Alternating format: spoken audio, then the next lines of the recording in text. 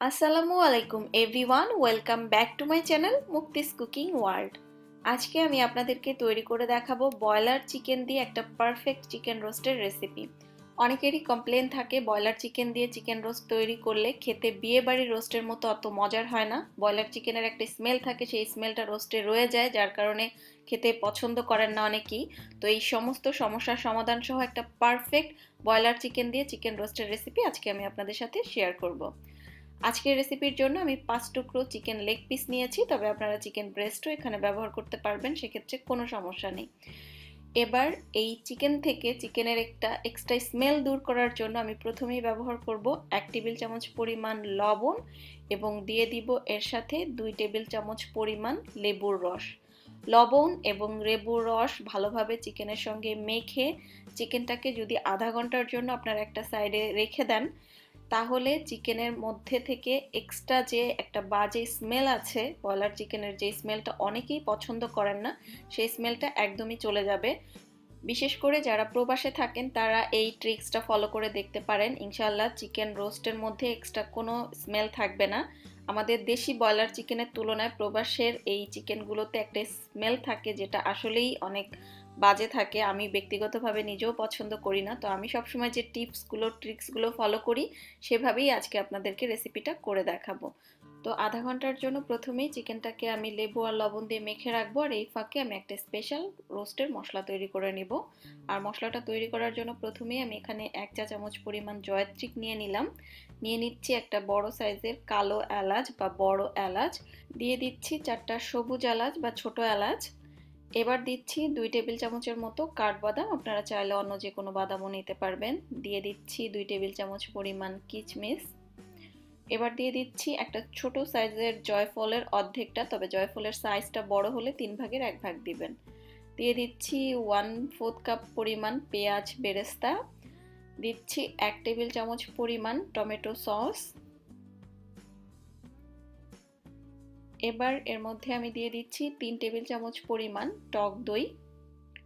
এখন এই সব কিছু একসঙ্গে ভালোভাবে আমি ব্লেন্ডারে স্মুথ করে ব্লেন্ড করে নিব।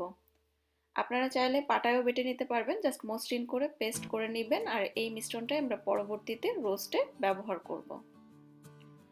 আর এরই মাঝে আধা ঘন্টা হয়ে গিয়েছে। এবার প্রথমে যে কাজটা করতে হবে সেটা হচ্ছে বেশ কয়েকবার পানি বদলে চিকেনটাকে আবার পুনরায় ধুয়ে নিতে হবে, এবং অবশ্যই ভালোভাবে ধুয়ে নেবেন। বেশ কয়েকবার চিকেনটাকে ধুয়ে নেওয়ার পরে এবার আমি চিকেনটাকে একটা কিচেন ন্যাপকিন দিয়ে একটু মুছে নিয়েছি, যাতে এক্সট্রা কোনো পানি না থাকে।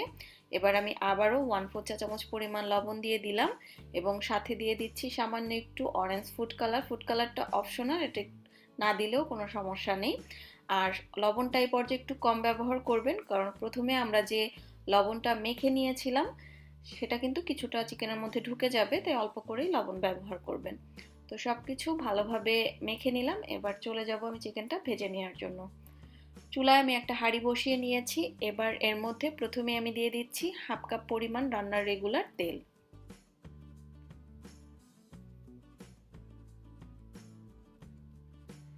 এবার তেলটা গরম হয়ে যাওয়ার পরে এর মধ্যে আমি এক এক করে 3 টুকরো চিকেন প্রথমে দিয়ে নিলাম, এবং পরবর্তীতে বাকিগুলো আরেকটা ব্যাচে আমি ভেজে নিব। এবার মোটামুটি হাই হিটে উল্টে পাল্টে হালকা লালচে করে চিকেনগুলোকে ভেজে নিতে হবে। চিকেনগুলোকে অনেক বেশি লো হিটে ভাজতে যাবেন না, তাহলে চিকেন থেকে অনেকটা পানি বের হয়ে আসবে। সেই পানিটা টানাতে টানাতে চিকেনটা ড্রাই হয়ে যাবে, এবং অনেক বেশি কড়া করেও ভাজবেন না, তাহলেও চিকেন রোস্টটা ড্রাই হয়ে যায়, তো খেতে ভালো লাগবে না। এরকম হাই হিটে হালকা একটু লালচে হয়ে গেলেই উল্টে পাল্টে দুটো পাশ ভেজে তুলে নেবেন। চিকেনগুলো ভেজে নেওয়ার পরে এবার ওই একই তেলের মধ্যে আমি দিয়ে দিচ্ছি আধা কাপ পরিমাণ পেঁয়াজ কুচি, 1 টুকরো দারচিনি এবং দুটো আস্ত এলাচ। এবার পেঁয়াজটাকে হালকা একটু লালচে করে ভেজে নিব। পেঁয়াজটা হালকা একটু সফট হয়ে লালচে হয়ে গেলে ওই পর্যায়ে এর মধ্যে আমি দিয়ে দিচ্ছি 3 টেবিল চামচ পরিমাণ আদা রসুন বাটা, আর দিয়ে দিচ্ছি 3 টেবিল চামচ পরিমাণ পেঁয়াজ বাটা। এবার আদা রসুন এবং পেঁয়াজটা হালকা একটু ভেজে নিব, এর কাঁচা স্মেলটা চলে যাওয়া পর্যন্ত। বাটা মশলা হালকা কিছুটা ভেজে নেওয়ার পরে এবার এর মধ্যে দিয়ে দিচ্ছি প্রথমেই রোস্টের জন্য যে একটা স্পেশাল মশলা তৈরি করেছিলাম সেই পুরো মশলাটা। এবার সবগুলো মশলা একসঙ্গে খুব ভালোভাবে কষিয়ে নিতে হবে, মোটামুটি তেলটা ছেড়ে যাওয়া পর্যন্ত। মশলাটা কষাতে কষাতে দেখবেন যে কালারটাও চেঞ্জ হয়ে যাবে এবং মশলা থেকে এরকম তেলটাও ছেড়ে যাবে। ওই পর্যায়ের মধ্যে আমি অ্যাড করছি গুঁড়া মশলা। তো 1 চা চামচ করে আমি জিরার গুঁড়া আর লাল মরিচের গুঁড়া দিয়ে দিলাম, সাথে দিচ্ছি আধা চা চামচ পরিমাণ গরম মশলার গুঁড়া। আরও দিয়ে দিচ্ছি মশলার জন্য যতটুকু লবণ দরকার অতটুকু লবণ। চিকেনে কিন্তু আমরা আগে লবণ ব্যবহার করেছি, সেটা মাথায় রেখে লবণটা এখানে ব্যবহার করবেন। এবার সব কিছু একসঙ্গে মিশিয়ে নেওয়ার পরে এর মধ্যে আমি আধা কাপ পরিমাণ পানি দিয়ে দিচ্ছি মশলাটাকে কষিয়ে নেওয়ার জন্য। পানিটা দেওয়ার পরে মশলাটাকে খুব ভালোভাবে কষিয়ে নিব যতক্ষণ পর্যন্ত তেলটা উঠে না আসে। আপনার রোস্টটা ঠিক কতটা মজা হবে সেটা ডিপেন্ড করবে আপনার মশলা কষানোর সময়টার উপরে। মশলাটাকে অবশ্যই ধৈর্য ধরে সময় নিয়ে কষাবেন, তাহলেই রোস্টটা খেতে অনেক বেশি মজার হবে। রোস্টের মশলা কষানোর সময় একদমই ফাঁকিবাজি করা যাবে না। যখন মশলা থেকে এরকম তেলটা ছেড়ে যাবে ওই পর্যায়ে এর মধ্যে আমি গ্রেভির জন্য দিয়ে দিচ্ছি 1.25 কাপ পরিমাণ পানি আর দিচ্ছি কয়েকটা আস্ত কাঁচামরিচ। তবে রোস্টের গ্রেভিতেও কিন্তু অনেক বেশি পানি ব্যবহার করা যাবে না। যখন গ্রেভিটা এরকম ফুটে উঠবে ওই পর্যায়ে এর মধ্যে আমি দিয়ে দিচ্ছি ভেজে রাখা চিকেনের টুকরোগুলো। চিকেনের টুকরোগুলো দেওয়ার পরে মনে হবে যে গ্রেভিটা একটু ঘন লাগবে প্রথম পর্যায়ে, তবে ভয় পাওয়ার কিছু নেই। চিকেন থেকেও কিন্তু বেশ কিছুটা পানি ছাড়বে। চিকেনগুলোকে যেহেতু আমরা হাই হিটে ভেজে নিয়েছি, চিকেনের যে পানিটা সেটা কিন্তু ভিতরে ইনটেক আছে, এটা পরবর্তীতে ছেড়ে দিবে। এবার লো হিটে একদম ঢাকনা দিয়ে ঢেকে রান্না করতে হবে চিকেনটা পুরোপুরি সিদ্ধ হয়ে যাওয়া পর্যন্ত। তবে এর ফাঁকে কিছুক্ষণ পর পর ঢাকনাটা খুলে নেড়েচেড়ে দিতে হবে, তা না হলে কিন্তু নিচে খুব সহজেই পোড়া লেগে যাবে। যেহেতু গ্রেভিটা অনেক ঘন আর রোস্টের গ্রেভি ঘন হওয়ার কারণে খুব দ্রুতই নিচে লেগে যায়। তো আপনারা যেটা করবেন, চিকেনটাকে কিছুক্ষণ পর পর ঢাকনাটা খুলে নেড়েচেড়ে দিবেন। অতিরিক্ত গ্রেভিতে পানি দিয়ে হাই হিটে চিকেন রোস্ট রান্না করলে কিন্তু রোস্টের কালারটাও নষ্ট হয়ে যায়, সাথে গ্রেভির যে টেক্সচারটা সেটাও পারফেক্টলি আসে না। তো একটু পর পর এই জন্য উল্টে পাল্টে দিবেন এবং গ্রেভিতে পানিটা কম দিবেন, লো হিটে রান্নাটা করবেন, তাহলেই দেখবেন প্রত্যেকটা জিনিস একদম পারফেক্ট হবে। তো আমি বেশ কিছুক্ষণ পর পর ঢাকনাটা খুলে মাঝে মধ্যে উল্টে পাল্টে দিচ্ছি এবং চিকেনগুলো সিদ্ধ হওয়া পর্যন্ত এভাবেই আসলে রান্নাটা করতে হবে। প্রয়োজনে জাস্ট ঢাকনাটা খুলে নেড়েচেড়ে দিতে হবে। তো চিকেনটা যখন মোটামুটি সিদ্ধ হয়ে আসবে ওই পর্যায়ে এর মধ্যে আমি দিয়ে দিচ্ছি আধা চা চামচ পরিমাণ চিনি, দিচ্ছি কয়েক ফোঁটা কেওড়া জল। এটা অপশনাল, কেউ হাতের কাছে না থাকলে না দিলেও হবে, তবে দিলে সুন্দর একটা ফ্লেভার আসে। আরও দিয়ে দিলাম 2 টেবিল চামচ পরিমাণ গুঁড়া দুধ। গুঁড়া দুধটা যদি কারো কাছে না থাকে চাইলে মাও দিতে পারবেন।